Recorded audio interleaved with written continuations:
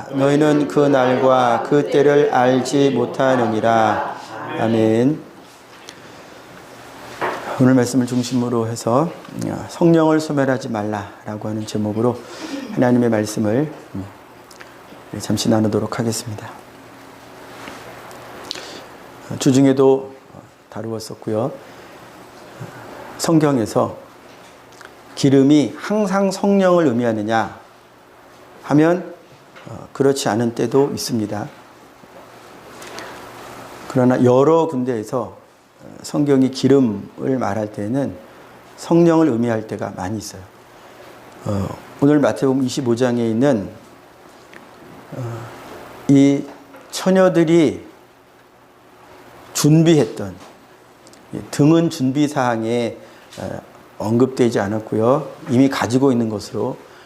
그런데 이제 미련함과 슬기 있는 처녀를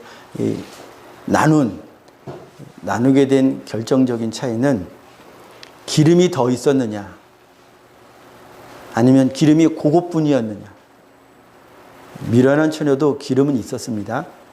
그런데 신랑이 올 때 그 기름이 너무 부족한 상태여서 맞이할 수가 없게 됐다. 이거를 준비한다. 준비하고 있는 것이 기름을 준비하는 것이다. 이렇게 준비하고 있으라. 그랬으니까 예수님을 준비하는 것은 기름을 준비하는 것이다. 내가 신앙생활 속에서 잘 준비해야지. 그럼 뭐가 준비하는 거냐 이거예요. 주님이 13절의 마지막으로 깨어있어라 그랬습니다.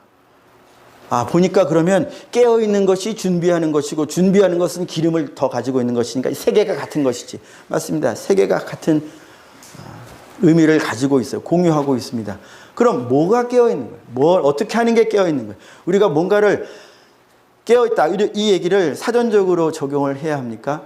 잠을 자지 말라는 말씀인가요? 그건 아니죠. 예수님도 잠은 주무셨어요.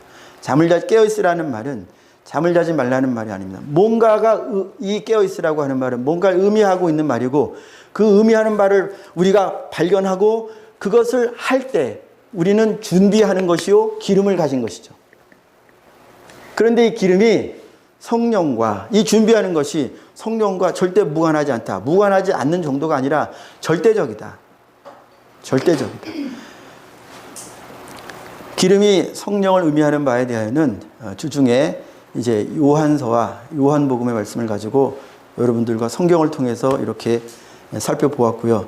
자, 이제 우리가 생각해 보죠. 쉽게 예수님이 오시기 전까지 믿는 사람들이 그래 삶 속에서 뭔가를 준비를 해야 돼. 이게 뭐예요? 예수님 맞을 준비를 해야 돼. 예수님을 잘 맞이하는 사람들의 특징은 마지막에 예수님 배웠을 때, 자, 우리 마태복음 여기에 책갈피를 하고요. 마태복음 7장으로 한번 넘어가 보겠습니다.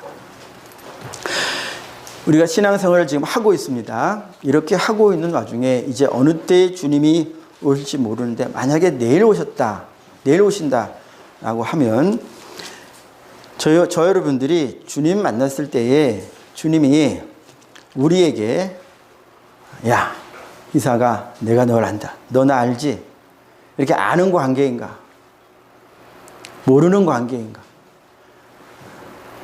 이 관계가 어떻게 고백되느냐로 우리는 우리의 신앙생활이 잘 준비된 신앙생활인지 아닌지 알 수 있겠죠.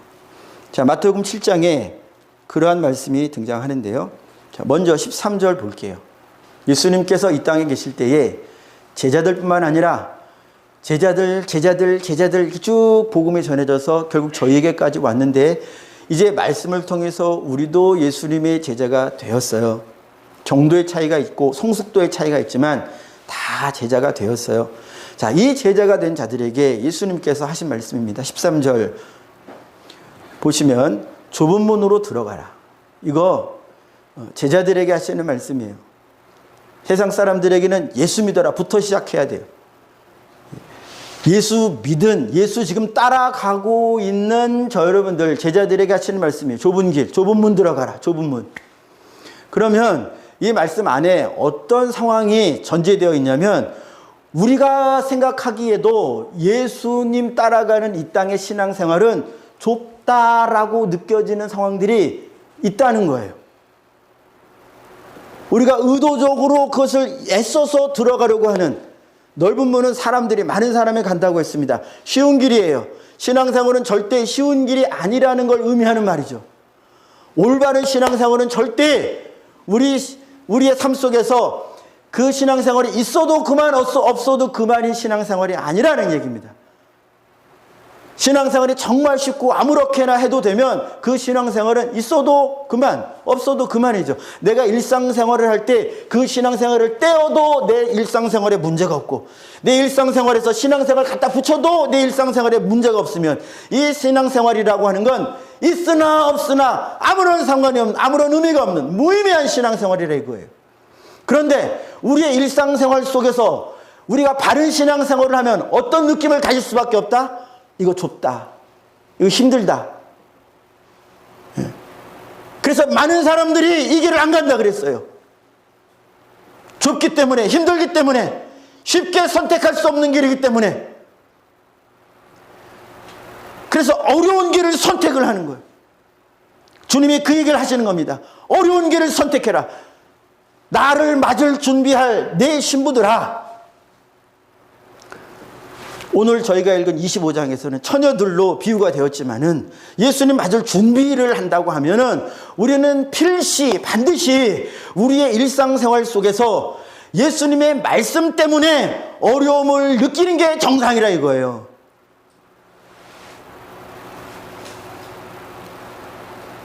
내가 예수님의 말씀을 선택함에 있어서 어려움도 없고 환난도 없고 괴로움도 없고 한번 생각해 볼 필요도 없이 즉각적으로 생각해 볼 말씀만 내게 오나? 올까요? 그런 일은 없습니다. 그런 일은 없기 때문에 예수님이 좁은 길을 말씀하시는 거예요. 말씀을 듣고 야 이거 할 수 있나? 이거 가야 돼 말아야 돼? 이거 맞아? 이거 할 수 있나 내가? 이거 내가 해야 하나 이거? 이거 나 꼭 해야 돼 이거? 이거 안 하면 안 돼? 하기 싫은 일들이 주님의 생명의 길에는, 주님이 우리에게 인도하시는 생명의 길에는 늘상 있다는 거예요. 늘상. 한 번뿐이면 그 한 번만 잘 버티고 딱 통과한 다음에 그 다음부터 또 일사천리 쉬운 신앙생활 했으면 좋겠지만 그렇지 않아요. 좁은 길은 한 번에 끝나지 않아요. 어느 복음서를 읽어도요, 시험고 하려는 끝까지 와요. 끝까지. 택하신 자라도 넘어뜨리려고 하는 이 시험이 절대 끊어지지 않는다. 우리의 믿음 생활 속에서. 그러므로 예수님을 맞을 준비하는 신부된 삶이라면 반드시 이 좁은 문 때문에, 이 좁은, 뭔가 이 좁게 느껴지는, 이거 쉽지 않은 이 느낌이 있는 것이 정상이다. 그럼 돌아보자 이것입니다. 저 여러분들이 신앙생활이 내 일상생활 속에서 있어도 그만 없어도 그만입니까? 이 신앙생활 때문에 내 일상에 지대한 영향이 끼쳐지기 시작했습니까? 궁극적으로는 이 신앙생활 때문에 일상이 바뀌어야 돼요. 일상생활이 말씀에 의하여 지배받아야 돼요. 지배받아야 돼요.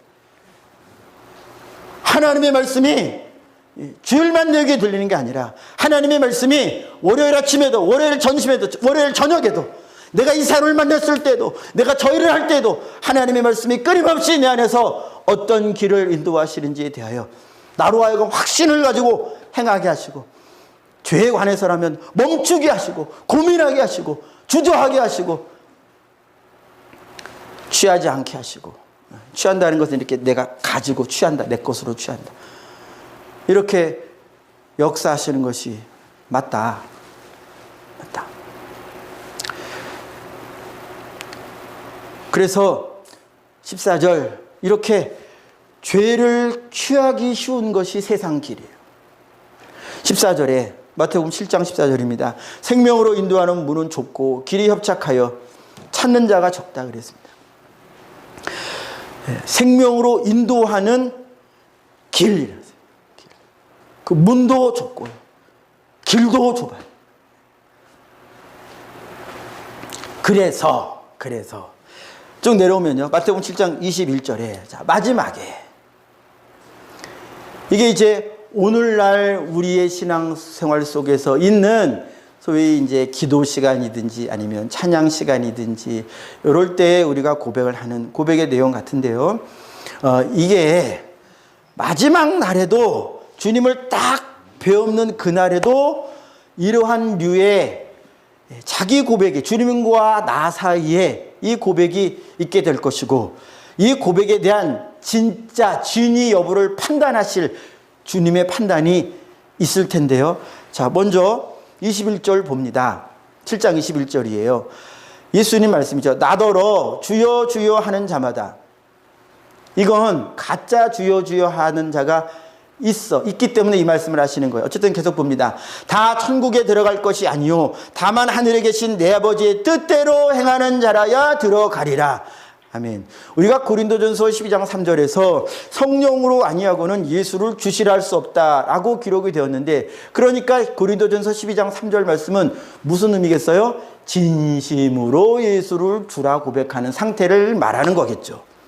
그런데 오늘 마태복음 7장 21절에는 입으로만 예수님을 향하여 주여 주여 예수님을 주님이라고 고백하는 사람들이 있다는 거예요.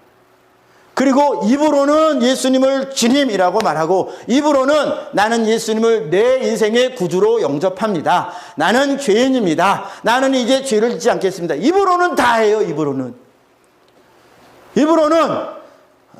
모든 진리의 말씀에 어긋남 없이 다 말해요. 그러나 삶을 보니까 입을 볼 때는 다 맞는데 삶을 보면 그 언행심사간에 우리를 이루는 것을 언사, 행사, 심사로 이제 크게 나누어서 본다고 했을 때에 언사는 항상 바른 말하고, 언사로 보자면 이 사람보다 더 똑바른 사고방식을 가진 사람도 없고, 언사로 보자면 이 사람 아주 바람직한 생활을 할 것 같은 사람이다. 아주 어긋남이 없고 틀림이 없고 아주 똑바른 사람이다 했는데 이제 행사를 보자. 그 행함을 보니까 말과 행함이 달라요. 말로는 아주 자비롭고 우리는 가난한 사람을 도와야 됩니다. 우리는 연약한 사람의 사정을 헤아려 줘야 합니다.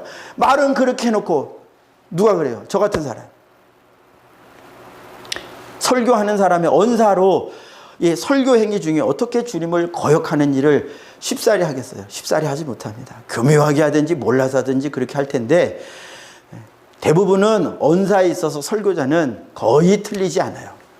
그런데 문제는 행사예요. 행사로 가면 이제 제가 설교를 마치고 집으로 가요.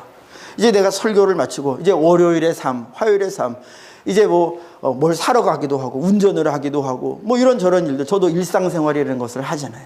거기에서 딱 보니까 계산대에서 우리 동네 수포의 계산대 캐셔 언니하고 싸우는 아저씨가 있더라. 저 사람 왜 저러나 가까이 봤더니 우리 교회 목사님이더라. 그러면 행사가 긁는 거예요. 행사가. 그 한 푼을 손해를 안 보려고. 손해 안 보려고 하는 의도가 틀린 건 아니지만 그걸 왜 싸우냐. 주님이 분명히 싸우지 말라 그랬는데요. 자녀하고 이 아빠가 돼가지고 초등학생 유치원생 되는 이 자녀들하고 먹는 거. 아빠가 먼저 먹어야지, 아빠가 더 먹어야지, 이것이 버릇도 없다고. 애기가 뭘 알겠으며 초등학생이 알면 얼마나 알겠어요. 이걸 가지고 속으로는 그렇게 생각해도 잘 가르쳐야겠다 이렇게 생각할 수 있겠죠. 그러나 겉으로 이걸 애기하고 아기다툼을 하는 아빠라면 이 행사가, 이런 행동을 하는 아빠의 마음에 도대체 뭐가 들어갔냐.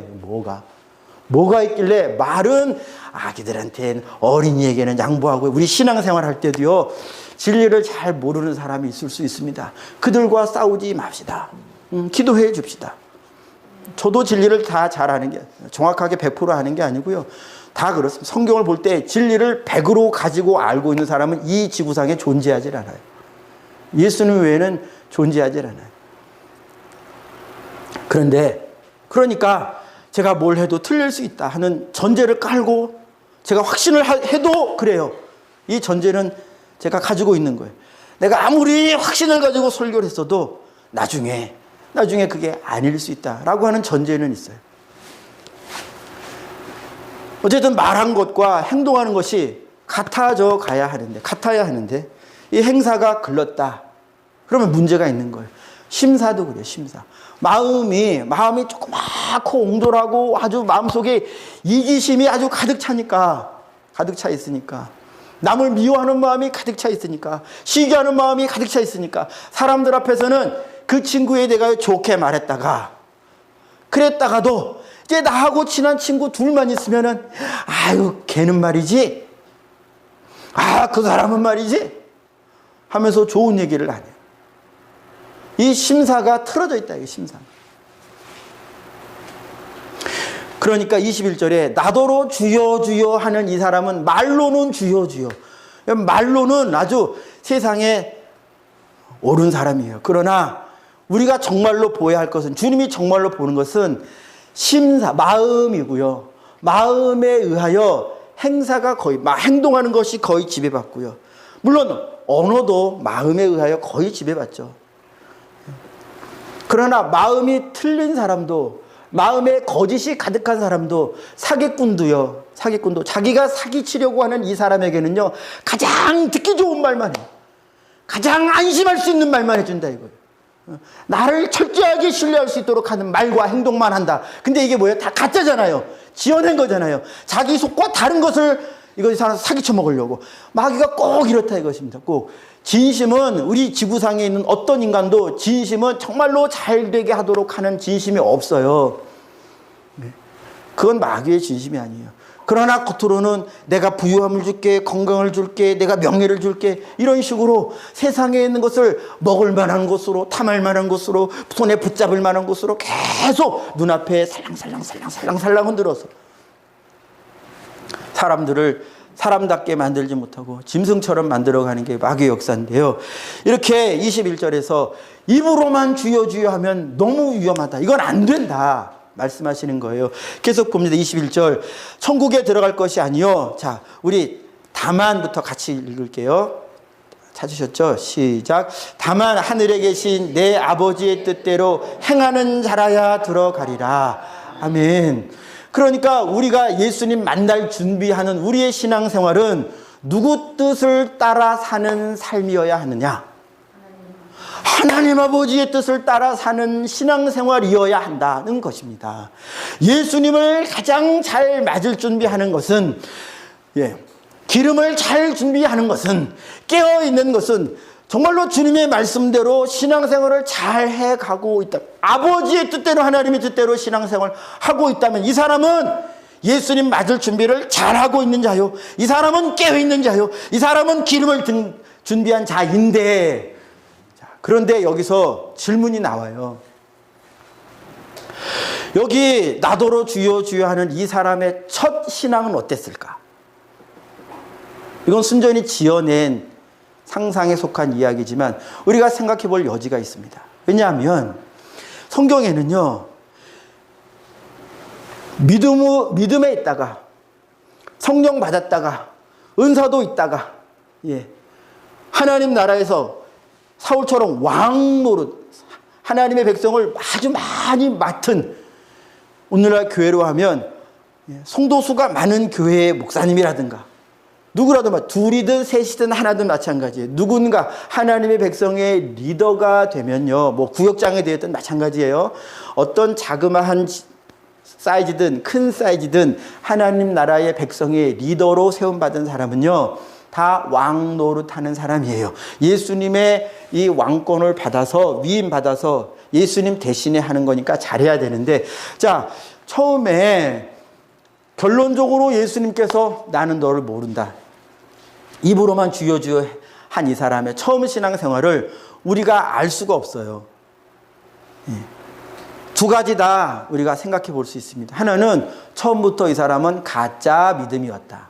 처음부터 예수님은 나의 주인이십니다. 그리고 기도할 때도 주여 나에게 은혜를 주세요 했던 이 모든 게 전부 다 가짜였다 라고 우리가 상정을 하든지, 또 하나는 처음에는 똑바로 믿기 시작했어요. 그래서 예수님을 진짜로 주여 고백을 하다가 가룟 유다처럼 사울처럼 끝에 변하는 사람이 이 사람일 수도 있다. 이 두 가지 다 가정할 수 있습니다. 우리의 신앙생활을 돌아보자는 것입니다. 첫 번째 케이스에 우리가 해당하지 않는다고 했을 때, 그러니까 나의 신앙생활은 처음부터 다 가짜였어 라고 내가 스스로 생각하지 않는다면 내 신앙생활은 그래도 진짜가 있지 않았을까? 그래도 어느 정도는 진짜이지 않을까? 조금이라도 진실한 면이 하나님께 있다면, 그러면 우리는 두 번째 경우를 우리가 생각해 볼 수 있습니다. 만약에 저와 여러분들이 만약에 두 번째 경우라면, 처음에는 예수 똑바로 믿었는데 시간이 흐르면서 잘못 믿어가지고, 그런데 나는 어떻게 생각해요? 이 21절에 해당하는 사람은요, 자기는 천국 갈 줄로 알았어요. 22절 봅니다. 그날에 많은 사람이 나더러 이르되 주여 주여 우리가 주의 이름으로 선지자 노릇하며, 선지자 노릇, 주의 이름으로 선지자 노릇하는데 지옥 가리라고 생각하고 내가 설교하는 사람이 어디 있어요? 내가 지옥 갈 거야 라고 믿으면서 복음 전하는 사람이 어디 있어요? 다 나는 예수 믿고 그러니까 복음을 전하고, 나는 예수 믿고 구원받았으니까 설교를 하고, 나는 예수 믿고 구원받았으니까 구역장도 하고 뭐 순장도 하고, 이렇게 영혼을 주님께로 인도하는 것이지. 이게 자기 생각이라, 이거 자기 생각. 그러니까 자기 생각, 내 생각에는 내가 이렇게 교회에서 일들을 하고 봉사도 하고 헌금도 하고 말씀도 전하고 기도도 하고 그리고 능력도 나타나 봅니다. 주의 이름으로 귀신을 쫓아내며 주의 이름으로 많은 권능을 행하지 아니하였나이까. 표적이 나타나고 기사가 일어나는데 어떻게 그 사람이 지옥 가리라고 한 사람이라도 그렇게 생각하겠어요? 오늘날 한번 생각해봐요. 오늘날 능력이 나타나고 설교도 은혜가 되고 하는데 어떻게 그 사람이 지옥 갈 수 있을까? 상상이나 됩니까? 그런데 그게 가능하다는 거예요. 그게 가능하다는 거예요. 23절 봅니다. 왜요? 그때에 내가 그들에게 밝히 말하되 내가 너희를 도무지 알지 못하니, 알지 못한다 그랬습니다. 이 사람은 자기가 예수님 잘 아는 줄로 자기는 확신했어요. 그래서 반문을 하는 겁니다. 왜요? 왜 내가 천국에 못 간다는 거예요? 라고 따져 물을 만큼, 이게 나중에 어떻게 되냐면요, 이를 갈 만큼 주님에게 분노하고 원망하는 마음이 생기게 됐는데, 그 성경도 있지만은 어쨌든 주님의 선언이십니다. 이유가 뭐냐면 앞절에도 본 것처럼 하나님의 뜻대로 안 살았다는 거예요. 그걸 가리켜 23절에 두 음절로 이 하나님의 뜻대로 살지 않는 삶을 뭐라고 하느냐, 내가 너를 도무지 알지 못하니 불법을 행하는 자들. 불법이라고 했어요. 불법. 하나님의 뜻이 하나님 나라에선 법이에요. 하나님의 나라에선 하나님의 뜻만 법이에요. 절대 천사 중에 누구의 뜻도 그 나라에서 법으로 통용되지 않아요. 천사도 100%, 거기에 있는 모든 백성도 100% 하나님의 뜻에 절대 복종하는 곳이 하나님 나라예요. 그러면 주님께서 일러주셨죠. 예수님이 뜻이 하늘에서 이루어진 것 같이 땅에서도 이루어지게 해달라고 기도하라고 했어요. 그러면 이 땅에서 이루어지는 하나님의 나라의 그 모양들은 어떻게 나타나겠어요? 야, 하나님의 나라다. 예수님께서 마태복음 12장에서 말씀하셨죠. 성령으로 귀신을 쫓아내는 것입니다. 그러니까 성령으로 그 마음의 주인 바꿈이 생기는 거예요. 성령이 오셔서 그 옛 주인 노릇하던 악한 생각의 근원인 악한 영을 몰아내고 참이신 성령이 좌정하시기 시작하셔서 이제 하나님 나라의 씨가 시작되었다 이거예요. 그러면 하나님 나라는 확장이에요. 예수님 말씀하셨죠. 30배, 60배, 100배 결실한다고. 말씀이 떨어지면 반드시 하나님 나라는 커져가요. 그럼 할렐루야, 커져간다고 그러잖아요. 하나님 나라는요, 말씀을 받은 사람들 마음부터 바꿔가기 시작한다 이거예요. 마음이 바뀌어지니까 말이 바뀌는 거예요. 마음이 바뀌니까 행동이 바뀌기 시작하는 거예요. 마음이 바뀌니까 성품과 기질마저도 바뀌어가기 시작하는 거예요. 그런데 마음이 안 바뀌면 나보고 그런 성질을 버려야 돼. 너 그 성질머리 버려야 돼. 너 그렇게 성질이, 너 그렇게 까탈스러워. 하나님의 말씀을 보니까 아주 까탈스러운, 나쁜 의미의 까탈스러움을 말씀드리는 겁니다. 나쁜 의미의. 사람 막 피곤하게 하는 거 있어요. 괜히 피곤하게 하는 거 있어요. 제가 그래요, 제가. 집에 가면 지금 좀 나아졌는지 모르겠는데 얼마나 제 아내하고 자녀들을 피곤하게 하는지 몰라요. 지금 좀 나아졌나요? 제가 저를 볼 때 제가 그래요. 그래서 그걸 느낄 때마다 그걸 알아챌 때마다 그러니까 알아채게 해주시는 거죠. 왜냐? 전에는 제가 몰랐거든요. 몰랐어요. 제가 잘하는 줄 알았고 아내가 잘못하는 줄 알았고 아이들이 잘못하는 줄 알았지 저에게 그 잘못이 있다는 걸 몰랐었기 때문에 어느 날 그걸 깨닫는 순간 아, 말씀이 살아계시구나. 말씀이 날 이제 조명하시는구나. 제가 이런 식으로 주일학교 선생도 하고 그러니 애들의 영혼을 얼마나 죽였을까 생각해 볼 때는 말이 안 나올 지경이에요. 지금은 잘하는데 지금도 아니에요. 지금도 말이 안 나올 지경이지만 그러나 은혜를 주셨기 때문에 기회를 주셨으니까 어떻게든 해보려고 하는 거예요. 하나님의 뜻을 벗어나는 것이 불법입니다. 불법. 그러면 이 땅에서도 똑같아요. 우리가 그의 이름을 영접함으로 하나님의 자녀가 되는 권세를 받았다고 했으면 하나님의 자녀의 권세는 뭐예요? 아버지의 말씀을 그대로 받아서 사는 것이 하나님 자녀의 권세죠. 권세를 자꾸 땅의 관점으로 땅의 권리나 땅에 뭐 남을 부리는 그런 권능쯤으로 이해하지 말고요. 권세는 그렇게 할 수 있는 허가된 능력이라고 해야 할까요? 하나님의 말씀대로 살 수 있는 권세는요, 하나님의 자녀에게만 있어요. 하나님의 자녀가 아닌 자들은요, 하나님 자체를 모르고 하나님의 말씀대로 살아야 한다는 것 자체를 모르고 인정하지 않기 때문에 하나님 자녀가 누릴 수 있는 특권, 아버지의 뜻을 이 땅 가운데서 살아낼 수 있는 거예요. 하늘에서 들어가서 천국 사는 것으로 끝나는 게 아니고 이 땅에서부터 하나님의 나라를 이루며 이 땅에서부터 하나님의 뜻을 이해하며 이 땅에서부터 이해한 하나님의 뜻대로 세상에나 지옥 같은 현실 속에 있는 이 세계 가운데에서 하나님의 나라가 무엇인지 어떤 것인지를 드러낼 수 있는 이 특권을 가진 자가 하나님의 자녀에 대한 권세인데 이게 바로 합법, 하나님의 나라로 볼 때 이 땅에서부터 하나님의 법으로 사는 사람들이죠. 근데 우리가 처음부터 그렇게 되냐? 아니잖아요. 하나님의 말씀을 일러주실 때 그때 즉시로 되냐? 그것도 아니에요. 꼭 우리가 이 땅 가운데서 태어나서 잘하는 것처럼 하나님 나라에서도 태어나가지고 응애하고 태어나서 그 나라 백성은 맞는데 이제 하나부터 열까지 다 천천히 배워야 됩니다. 이 배움에서 빠른 진도가 나오는 사람이 있어요. 그래서 나중된 자 중에서 먼저 된 자보다 더 먼저 가는 사람도 있지만은 대개의 경우는 제가 보니까 과정이 있더라 하는 거예요. 말씀을 받아도 이 말씀 안에서 자기를 결실해가는 사람이 있는가 하면 이 말씀 안에서 무너지는 사람도 있어요. 그러나 하나님의 자녀는요, 성경 말씀에 약속이 되어 있어요. 의인은 넘어져도 다시 일어난다 그랬어요. 하나님이 넘어진 당신의 자녀를 일으키신다 그랬어요. 일으키시는 그분 때문에 그 사람이 일어나는 거예요. 저 여러분들이 하나님 말씀 가지고 야, 나 하나님 말씀 받았어. 나 이제 하나님 말씀, 하나님의 법이 무엇인지 알았어. 이것이야말로 하나님의 법이야. 나 이제 이렇게 살았고 기도 가운데 은혜도 받았고 눈물도 흘렸고 몇 시간 기도했고 뭐 이렇게 잘했어. 이제 난 살 수 있을 것 같아 라고 딱 갔는데 가다 보니까 나는 안 되는구나. 너는 안 되는구나. 요 안 되는 것을 되게 하시는 이가 성령이다. 모르던 것을 깨닫게 하시는 이가 성령이다.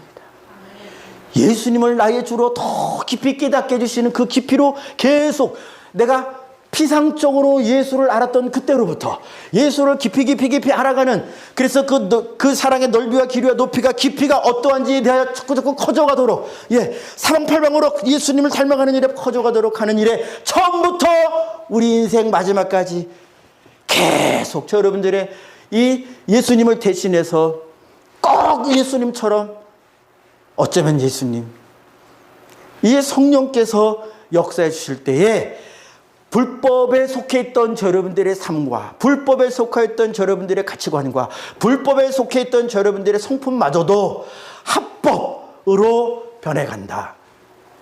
이걸 성령이, 오직 성령만이 하실 수 있다는 거예요. 제가 아까 찬송가 부르기 전에 말씀드렸죠. 우리가 신앙생활 다, 우리가 주여 주여, 우리가 하나님 막 찬양도 하고, 우리가 겉으로 이 등에 해당하는 열처저 중에 열처녀들이 다 가지고 있던 이 등은 변하지 않아요. 이 모양은 변하지 않아요. 종교 생활은 변하지 않아요. 항상 있어요. 항상 주일마다 오고. 그런데 문제는 뭐냐? 그 속에 기름이 어느 날 떨어진다 이거예요. 성령으로 신앙생활을 하는 것과 내 힘으로 신앙생활을 하는 것은 끝이 이렇게 다르다. 주님께서 이 끝이 다를 수 있기 때문에 다른 경우들이 왕왕 자주 이걸 누구라고 주님이 야 너는 무슨 일이 생겨도 너는 네가 무슨 악한 일을 해도 너는 구원받으니까 악한 일을 해라고 하는 사람은 아무도 없어요. 아무도. 하나님의 말씀을 다 동시에 주시고 이 말씀을 가지고 항상 자기를 보며 내가 세상 염려엔 근심 매지 않되 하나님을 향한 근심과 염려가 있어요. 구원에 이르게 하는 근심과 염려가 있어요. 무슨 염려냐? 아, 저 영혼 어떻게 하면 같이 예수 믿고 구원받을 수 있을까? 이런 종류의 염려. 아, 나는 어떻게 하면 더 하나님을 사랑할 수 있을까? 이런 종류의 염려. 나는 어떻게 하면 더 기도를 더 진실하게 할 수 있을까? 이런 종류의 염려. 나는 어떻게 하면 재물을 섬기지 않고 세상에 있는 것을 섬기지 않고 하나님만을 사랑하고 섬길 수 있을까? 이런 종류의 염려는 나를 구원에 이르게 하는 성령이 우리 안에서 감화감동하시는 좁은 길로 인도하시는, 그래서 주님의 길을 따라가는 것은 좁아요. 좁아. 불법의 길은 넓어요. 우리 신앙생활하는 것은 그러니까 좁아야 돼요. 제가 겨우 매일 성경 읽읍시다. 제가 겨우 매일 기도합시다. 제가 겨우 매일 감사합시다. 제가 겨우 매일 찬송합시다 하는 이건요, 우리가 좁은 길을 감에 있어서 그래도 기본이에요. 마치 등을 가지고 있는데 이 등에 기름이 부어지도록 하는 일에 굉장히 기초적인 것만 제 딴에는 엄선하고 엄선해서 가장 연약한 믿음을 가진 분이라도 요 네 가지를 다만 1분씩이라도, 믿음이 커갈수록 이 시간의 분량이 커져갔죠. 요 네 가지를 가장 조금만이라도 하면 주님이 역사하실 텐데, 이런 소망이 있어가지고 제가 매주 광고에 아주 외울 만큼 우리 삶이 외웠으면 좋겠어요. 여러분들의 삶이 이걸 외워가지고 우리의 생각뿐만 아니라 삶이 외워가지고 그냥 삶에서 자연스럽게 감사가, 삶에서 자연스럽게 기도가, 삶에서 자연스럽게 찬송이, 삶에서 자연스럽게 예수님의 말씀을 따라가는 삶이 계속되었으면 너무 좋겠다 해서 광고에 그렇게 꽉 박아놨어요. 그런데 이게 좁단 말이에요. 이렇게 쉬워 보이는, 은혜 있을 때는 너무 쉬워 보이는 일이 은혜가 떨어지면 너무 힘들어진다. 그 은혜를 떨어뜨리기 위하여 이 세계 가운데에 역사가 있는데요. 자, 하나님의 뜻을 설교를 통해서 성경을 읽을 때 우리가 들어요. 읽어요. 아멘해요. 자, 그런데 그 다음에 전쟁이라고, 성경에서도 가난한 전쟁이 있고요. 믿음의 선한 싸움이 있어요. 그러니까 이 영적, 보이지 않는 싸움이 있는데, 자, 우리 13장으로 한번 넘어가 볼까요? 마태복음 13장. 멀지 않으니까 금방 찾아갈 수 있을 것 같아요. 마태복음 13장. 자, 하나님의 말씀을 받아서 예수 그리스도의 말씀을 성령의 역사로 말미암아 들어서 이제 말씀을 받았어요. 자, 말씀을 받은 자 안에 일어나는 네 가지 밭으로 비유하신, 이제 말씀과 함께 설교를 듣게 된 자들 안에서 일어나는 여러 가지 다양한 변화들이 있는데, 앞에 길가밭, 돌밭, 가시밭, 요 세 가지의, 이 세 가지 밭의 공통점은 뭐냐면 결국 결실을 못한다는 겁니다. 그런데 결실을 못하는 그 과정을 한번 볼게요. 마태복음 13장. 왜 결실을 못하느냐? 자, 21절. 자, 20절부터 볼게요. 20절. 돌밭에 뿌려졌다는 것은 말씀을 듣고 즉시 뭐로 봤대? 기쁨으로 봤대. 자, 말씀 들을 때 감정의 변화가 그 말씀을 기쁨으로 받았다고 하는 건 제가 믿기로, 제가 확신하기로 이건 성령의 역사가 아니면 설교 들을 때 절대 마음에 기쁨 반응이 일어날 수 없다고 저는 믿어요. 하나님의 말씀에 마음이 감정적으로 반응할 수 없어요. 그러니까 성령이 역사하셨다라고 저는 여기를 읽어요. 그게 만약에 아니라고 해도, 자, 마음에 분명히 억지로 함이 아니고 목사님이 외우세요 이렇게 해가지고 싫은데 그래가지고 외운 게 아니고 들었는데 기쁘다 이거 들었는데 나는 죄인인데 어떡하면 좋아. 예수님이 널 왜 죽으셨어? 나 이제 살았구나. 기쁜데 21절에 보니까 그 다음에 그 속에 뿌리가 없어. 자, 들은 말씀에 뿌리를 못 내리는 거예요. 내 마음을 뿌리 내린다는 건 뭐냐면 내 마음에 딱 자리 잡고 마음을 사로잡아 가기 시작해야 돼요. 마음을 사로잡아 가기 시작하는 겁니다. 왜 안 되느냐? 사로잡지 못하도록. 자, 21절에 말씀으로 말미암아. 뭐로 말미암아요? 말씀으로 말미암아. 자, 그 다음에 뭐가 따라오냐면 환난이나 박해가 와요. 왔을 때 아이쿠 내가 이거 뭔가 잘못했나? 말씀대로 하는 것이 우리 사장님 보기에 잘못하는 거네. 말씀대로 하는 것이 암흑의 사상으로 비교해 볼 때 잘못하는 거네. 말씀으로 사는 것이 암흑의 가치관으로 비교해 보니 그 가치관에 의하면은 이 말씀은 충돌이 일어나네. 그럼 말씀을 포기한다 이겁니다. 말씀은 세상으로부터 서 있는 것과 말씀으로부터 서려고 하는 것이 충돌이 일어날 때 이 급품으로 받고 금방 넘어지는 자는 말씀 때문에 조금만 친구들하고 문제가 생기고 말씀 때문에 조금만 뭐 내 시간이나 내 이익이나 내 거하고 뭔가 아니면 내 명예나 뭔가 문제가 생길 것 같으면 즉시로 뭘 포기한다? 세상을 포기한다? 말씀을 포기한다? 말씀을 포기한다. 그럼 말씀을 포기하도록 하는 자가 있다 이거예요. 성경을 보니까. 마음에 말씀이 뿌려졌는데요. 악한 자는 마귀예요. 와서 가져가기도 하고 그리고 예수님을 시험했듯 아담과 하와를 시험했듯 다윗을 시험했듯 모든 인류를 항상 시험하는 죄짓게 하는 요 마귀가 와가지고 어려움도 줘보고 물론 이거 다 하나님이 아시죠? 다 아세요. 시험이 오는 거. 그런데 우리가 이 시험이 마귀가 주는 거야.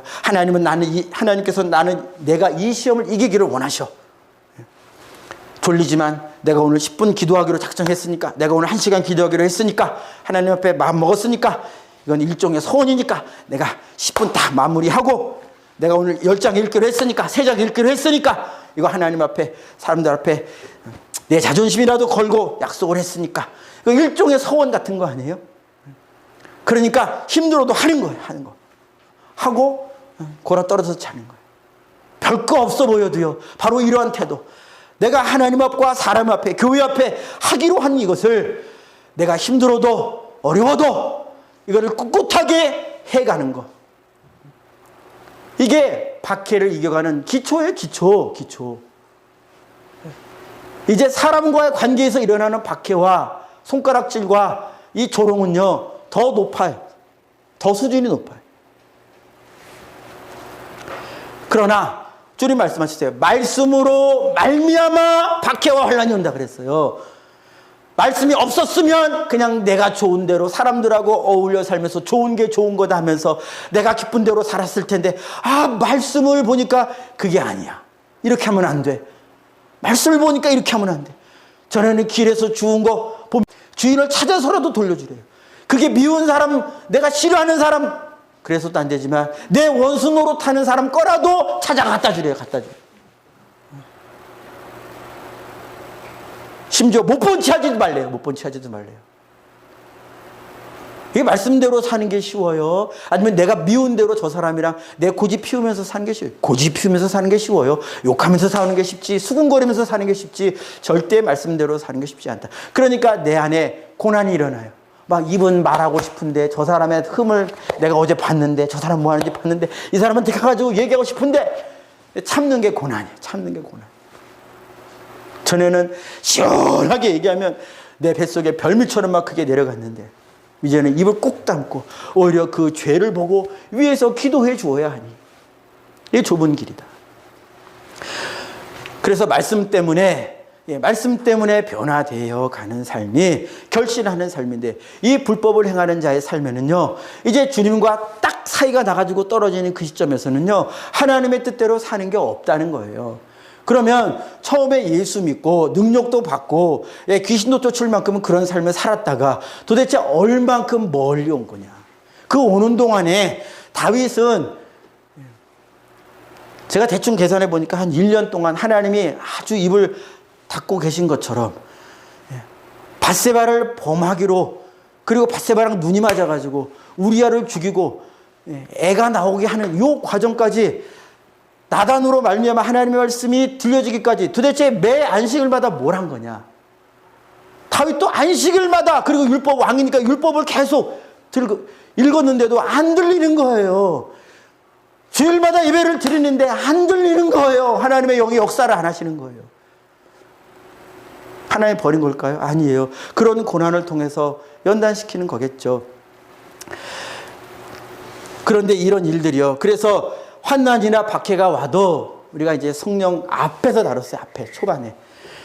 우리가 능력으로 내가 건너뛰지 못하던 것을 이기게 하는 것이 바로 성령이다. 그 점이 사도행전 1장 8절에서 예수님께서 말씀하신 바, 오직 성령이 너에게 임하시면 너희가 권능을 받고, 이 권능은 무슨 권능이라고 말씀드렸냐면 이런 병 고치고 하는 권능만 의미하는 게 아니고요, 예수의 증인되는 권능이에요. 권능의 핵심은 예수님의 증인됨이에요.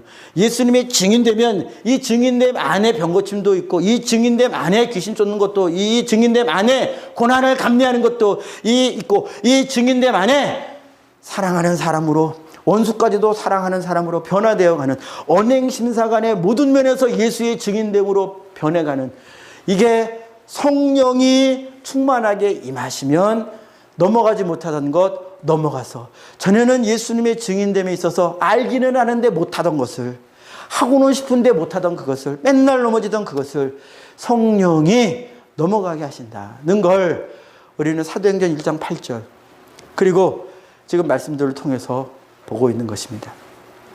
그래서 결국 네 번째 밭이 나와요. 좋은 밭이 나오는데 결실을 어떻게 하느냐. 어떻게 한다고요? 사도행전에서 보았죠. 예수님이 부탁하신 거예요. 위로부터 능력이 피울 때까지. 능력이 임하시면, 성령이 충만한 분량이죠. 에스겔 47장에서 스며 있는 정도의 분량, 발목 분량, 무릎 분량, 허리 분량, 갈수록 성령의 지배하심이 있지만 가장 주님이 원하시는 분량은 저 여러분들의 의지가 붕 땅에서 떨어져서 이젠 땅을 딛고 사는 게 아니라 생명의 강에 휩쓸려서 살 만큼, 그걸 원하신다. 우리도 그걸 원하면서 신앙생활 해야 하는 게 맞다는 거예요. 맞다. 그걸 원하는 게 맞다. 그러나 육신은 뭘 원하느냐? 말씀대로 살지 않기를 원해요. 그래서 저 여러분들 안에 충돌이 일어나는 거예요. 나 기도도 하고 싶지 않아. 나 감사 어떻게 감사해? 내가 원수를 어떻게 사랑해? 내가 양보 어떻게 해? 내가 저 사람 어떻게 용납해? 육신은 no라고 하고요. 성령은 예수 그리스도의 말씀을 가지고 예스라고 해. 예스라고 해. 넌 예스가 돼야 돼. 너는 아멘이 돼야 돼. 너도 예수님처럼 충성된 자가 돼야 돼. 예수님은 계속 우리 성령을 통해서 우리를 이렇게 압박 아닌 압박을 하신다. 말씀 마무리하겠습니다. 그래서 마지막 날에 주님을 아는 자는 준비된 자인데요. 준비는 어떻게 하느냐? 절대 우리의 육신의 것으로 할 수 없다. 스가랴 4장 6절 7절 말씀드렸죠. 성전 건축은요, 눈으로 볼 땐 사람이 스룹바벨이 하는 것처럼, 성전을 하는 일꾼들이 하는 것처럼 보이죠. 그러나 주님이 분명히 말씀하셨어요. 성전 건축은 오직 하나님의 영, 나의 영으로만 된다 그랬어요. 오직 성령으로만 된다 그랬어요.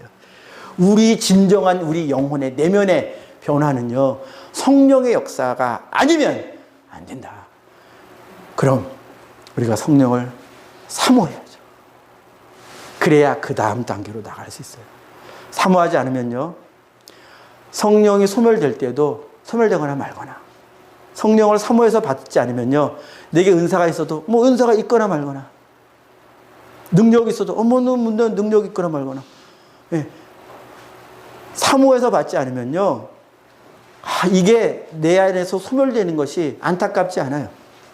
아무쪼록 이 50일 동안에 제가 바라기는, 그건 순전히 제 욕심이겠습니다만은, 성령을 사모하는 마음이 저부터 좀 일어나고, 그래서 이 말씀을 반드시 순종해서 살아야 되는데, 이 기름 부으시는 성령이 아니면 이 말씀은 껍데기다. 이거는 아무것도 아니게 된다 하는 거 꼭 기억하시고, 이제 말씀을 배제하는 게 아닙니다. 말씀을 따라가려면 성령이 절대 필요하다라고 말씀을 드리는 것입니다. 기도하겠습니다. 우리 함께 먼저 이렇게 기도하기 원합니다. 주님 앞에서 주님이 모르는 자가 아니라 주님이 아시는 자요, 잘했다, 수고했다, 주님께 이런 칭찬을 받으려면 내 힘만으로는, 내 재능만으로는, 내 결단만으로는, 내 의지만으로는 진정한 의미의 하나님께 영광 올려드리는 것은 사실상 불가능하다는 것을 알고, 처음부터 겸손하게 주님으로, 처음부터 주님으로 시작하여 주님으로 행하고, 곧 성령으로 시작하여 성령으로 행하고, 성령으로 시작했다가 절대로 육신으로 마무리하는 것이 아니라 성령으로 시작했거든 성령 충만함으로 마무리하게 되는, 성령 충만함으로 마무리하게 되는 그런 신앙 되게 해달라고, 말씀 충만함으로 마무리하는 그런 신앙 되게 해달라고, 얼마 남지 않은 인생 부디에 값지게 사용할 수 있게 해달라고 우리의 주여 한번 외치고, 나에게 주의 영으로 충만케 하옵소서, 주님의 영을 사모하는 마음 주옵소서. 우리 주여 한번 외치고 기도하겠습니다. 주여, 주 예수님, 우리의 주님이신 예수님 구하오니, 주님의 성령이 우리 안에 충만할수록 우리는 주님의 말씀을 따라 살기를 원하게 되고, 주님의 말씀에 성령의 역사심이 충만함이 잦아들수록, 소멸될수록 우리의 마음은 원하지 않게 됩니다. 좁은 길을 원하지 않게 됩니다. 십자가를 원하지 않게 됩니다. 세상의 부귀를 원하게 되고, 세상의 명예를 원하게 되고, 세상의 좋은 것들을 원하게 되고, 좁은 길을 원하지 않게 됩니다. 주여, 내가 먼저 양보하지를 원하지 않게 됩니다. 주님의 말씀으로, 주의 성령으로 충만하게 될수록 내가 먼저 양보하기를 원하고, 내가 참기를 원하고 구하고, 내가 손님 일기를 원하고, 내가 주의 말씀대로 살기를 원하는, 주님을 원하는 삶이 될 텐데, 주여, 원함이 없으면 구할 수 없습니다. 주여, 우리에게, 이 백성에게 주님을 원하는 마음을 주옵소서. 예수 십자가의 그 좁은 길을 원하는 그 마음을 부어 주옵소서. 주님이 가라신 그 좁은 길, 좁은 문을 원하는 마음을 부어 주옵소서. 성령이 그 길 보게 하시고, 성령이 그 길 가게 하시고, 성령이 주의 말씀을 우리 안에 이루시니, 주님이 우리 안에 예수의 말씀 성령으로 신앙생활하게 하옵소서. 그 말씀을 온전히 이루기 위하여 성령으로 신앙생활할 수 있도록 주님, 저희 모두를 인도하여 주옵소서. 인도하여 주옵소서. 원함을 부어 주옵소서. 주님이 우리에게 그 마음 부어 주시기를 원합니다. 주님 부어 주옵소서. 주님 부어 주옵소서. 하나님, 이 백성의 입으로는 나를 공경하나 마음은 내게서 멀다. 그런 백성 되지 않게 하옵소서. 껍데기만 백성 되지 않게 해주시고, 마음이 주님을 원함으로, 마음이 주님을 사모함으로, 마음이 주님이 좁은 길을 말씀하셨어도 주님을 원하기 때문에 좁은 길도 원하고, 좁은 길도 감당하겠습니다. 감당할 수 있는 힘을 주옵소서. 주님과 떨어지기를 싫어하고, 싫어하기 때문에 오직 주님과 한 길 가기를 원하며, 주님과 동행하여 가기를 원하고, 오직 주님과 일치되어 가기를 원하기 때문에, 주님을 원하기 때문에, 주님을 사랑하기 때문에 주님 그 길 갈 수 있는 저희 되도록 주여, 이 사랑은, 이 원함은 주의 성령으로 말미암아 우리에게 부음바 되미니, 주여, 저희가 기도하여 저희가 주의 말씀을 잘 따라가서 주님과 동행해가는, 그래서 마지막 날에 주님 배울 그때에는 주님 모르는 사이 되지 않고 주님과 깊은 관계, 신부와 신랑된 관계로 주님 만나는 저희 모두가 될 수 있도록 주여, 오늘 머리 숙인 제 백성들에게 그러한 은혜로 충만케 하여 주옵소서. 지금은 심지어 아닐지라도 반드시 주님의 때에 주님의 마음 부어주시어서 성령으로 말미암아 주님과 동행해가는 신앙 되어질 수 있도록 저희가 한 가지로 서로를 밀어주고 끌어주고 어깨동무하여 주님 나라 향하여 가는 저희 모두가 되도록 있도록 주여 은혜 내려주시고 역사하여 주시고 주님 행하시는 모든 일로 말미암아 주님 홀로 영광받아 주옵소서. 주님의 백성들 오늘도 이제 말씀 마음에 품고 문 열고 집으로 돌아가는 그 순간부터, 아니 설교가 끝나는 그 순간부터, 예배가 끝나는 그 순간부터 마음에서 말씀을 뺏어가려고 하는 자의 역사 싸우고 환난과 핍박으로부터 또 말씀을 지켜 말씀대로 살기를 원하는 그 믿음의 선한 싸움, 믿음의 분투가 계속되게 하여 주시고, 행여 무너지고 넘어질지라도 절대 낭망하고 실망하지 말고 나는 그럴 수밖에 없는 존재이나 그러나 나를 강하게 하시는 분, 나를 온전케 하시는 분 예수님 믿고 회개하고 일어나 다시 좁은 길 좁은 문 들어가게 하옵소서. 그리하여 삶이 말뿐만 아니라 행사와 심사마저도 주님의 통치가 온전하게 이루어져가는 주님의 나라 다 되게 하옵소서. 주님 홀로 영광받아 주옵소서. 예수님의 이름으로 기도하옵나이다. 아멘.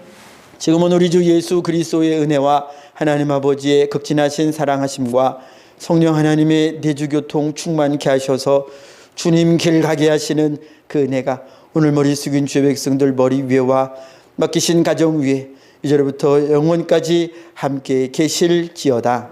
아멘.